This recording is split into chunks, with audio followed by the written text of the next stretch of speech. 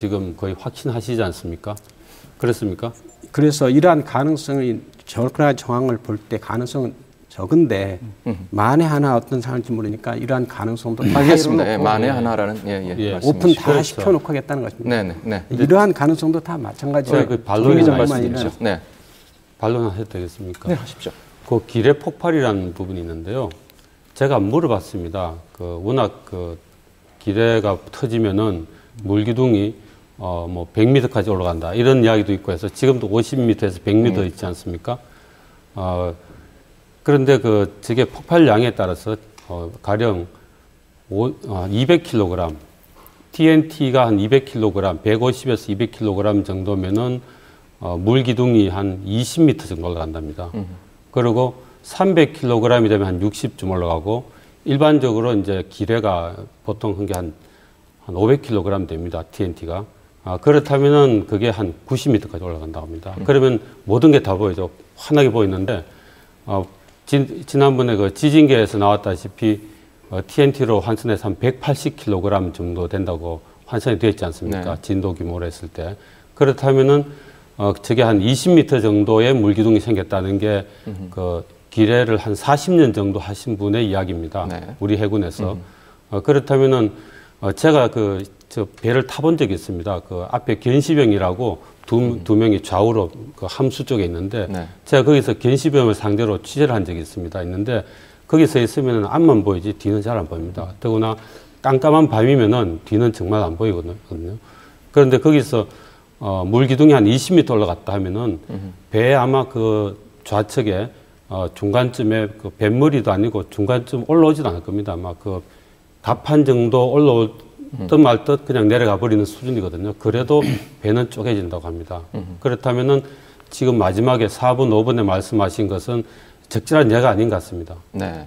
50m. 물기둥을 봤다는 또 증언도 있고, 물론 확인 중이겠습니다만은, 우리 김 기자가 말씀하신 것에 따르면은 견시병은 주로 이 함선의 진행 방향을 보고 있기 때문에 그 뒤편에서 20m쯤 떠오르는 물기둥을 경황중에 못 봤을 가능성이 있다.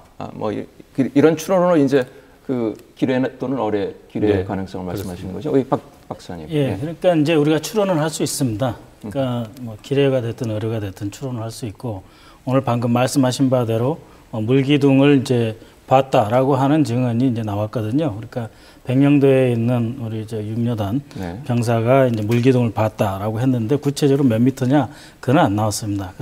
그렇기 때문에 분명히 외부 충격에 의한 침몰 가능성이 상대적으로 높아진 건 사실입니다. 네. 하지만 그렇다 하더라도 그것이 잠수함의 어뢰냐 아니면 우리 또는 제3자가 설치한 기뢰냐 이런 것에 따라서 다양하게 파장도 다르고 또 책임 요소도 다르고 대책도 다르기 때문에 우리가 추론은 할 수 있지만 그렇지만 우리 해군이나 군 당국에게 바로 이건데 왜 그거라고 말씀하지 않습니까? 라고 추궁하기에는 좀 어렵지 않냐 하는 거죠. 네. 출항 태세가 네. 아주 완벽했기 때문에 어떤 피로에 의한 침몰 인근의 가능성이 좀 낮다 이렇게 이해갑니다. 저도 믿고 싶고요. 그렇더라도 1971년에 건조돼서 상선입니다. 98년에 피로 파괴된 선박 이런 예를 보면 조금 그것도 가능성을 열어놔야 될 필요가 있지 않느냐 이런 생각을 합니다. 우리가 성수대교가 붕괴되었을 때 또 상풍백화점이 붕괴되었을 때 건축공학적으로 이해가 안 된다 그랬어요. 그렇게 목적을 갖고 그렇게 붕괴시키려 해도 붕괴가 안 된다는 겁니다. 그 붕괴가 일어났거든요. 그때 원인과 관련해서 엄청난 의혹들이 이념적인 의혹들이 제기됐어요. 상풍백화점도 성수대교도 외부 관련설까지 제기되고 있는데 여러 차례 모든 우리 정부 당국 입장이 지금 모든 가능성을 열어놓는다는 거 아닙니까?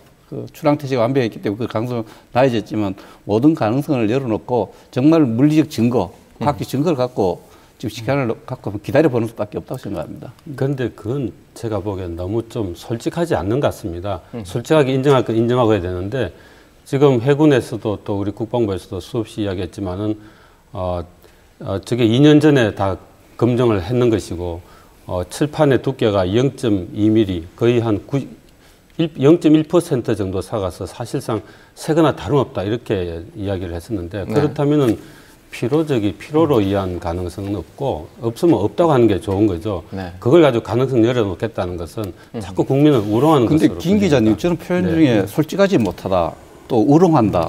우리 군의 조사단이라든지 군 당국이 저를 포함해서 솔직하지 않을 이유가 없습니다. 아니, 지금 또 말씀이 국민을 우롱해서 덕볼 이유도 없고 진실을 우롱할 이유가 없어요. 그래서 생각을 좀 다른 부분은 우리가 이해가 가는데 정부가 우리 그 조사단에 참가하고 있는 사람들이나 정부 당국이 지금 이 재난 앞에 의도를 갖고 잘 알면서 또 결론을 내려놓고 감추고 있거나 은폐하고 있나 저는 그렇게 생각하지. 혹시 그건 제가 또 생각하는 말씀이 사실상 가능성이 대단히 낮은 걸 가지고 가능성을 열어놓는다는 자체가 저는 좀 솔직하지 못하다는 것이죠.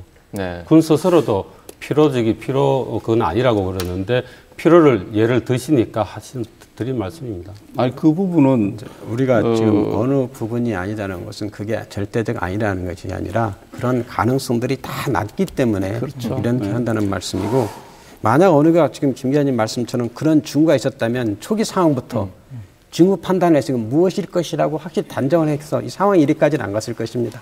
그러나 무엇이라고 단정할 수 없는 초기 상황부터 왔기 때문에 지금 정밀 조사를 해야 되는 상황이고요.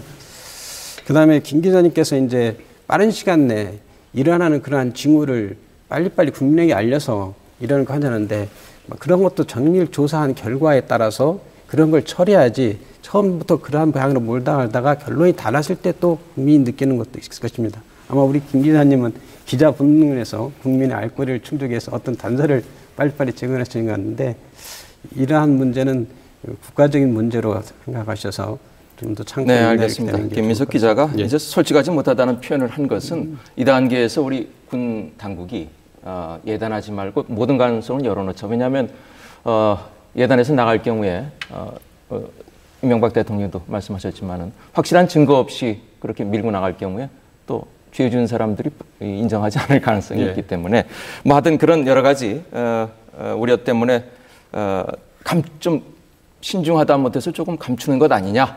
확실한 것이 드러날 때까지 그것을 솔직하지 못하다고 지적하신 것 같아요. 95%, 99% 심증과 여러 가지 그거 있는데 1% 검증이 있어서 좀 더 기다리는 태도 이런 부분이 있을 수 있는데 그것을 솔직하지 못한 것과 좀 다르죠.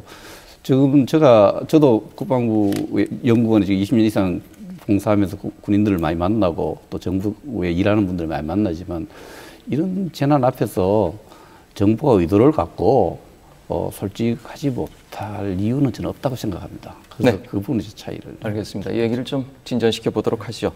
그렇다면은 초기 대응은 제대로 됐는지 또 그 문제도 짚어보도록 하겠습니다. 뭐 여러 가지 의혹이 제기되고 있는데 이 천안함의 상황을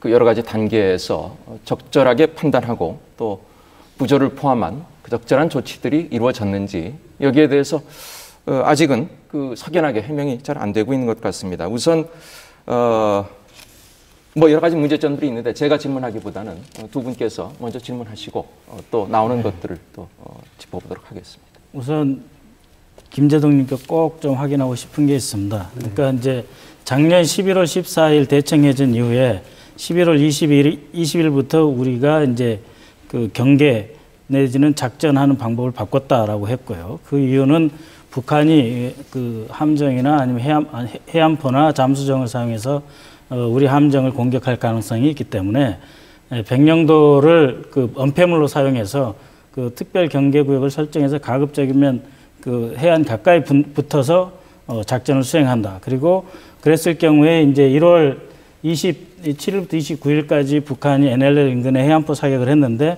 3월 말이나 중순에도 또 해안포 사격을 할 수 있기 때문에 북한의 그 해안포 사격의 탄착 지점이 어딘지 정확하게 파악하기 위해서 천안호, 속초호, 성남호 그리고 청주호까지 다 동원해서 이제 북측 동향을 탐지하고 또 최원일 함장 말에 의하면은 북한 도발에 대비하고 있었다 이런 표현까지 썼단 말이죠. 그래서 상당히 긴장된 분위기에서 임무를 수행하고 있다가 이제 불의의 사고가 난 것입니다. 그런데 그 긴장된 상태에서 작전을 수행하는데 충분히 훈련되지 않고 그 특별 경비 구역을 지나치게 24섹터를 그 백령도에 붙여놓다 보니까 이번에 사고가 난 거 아니에요.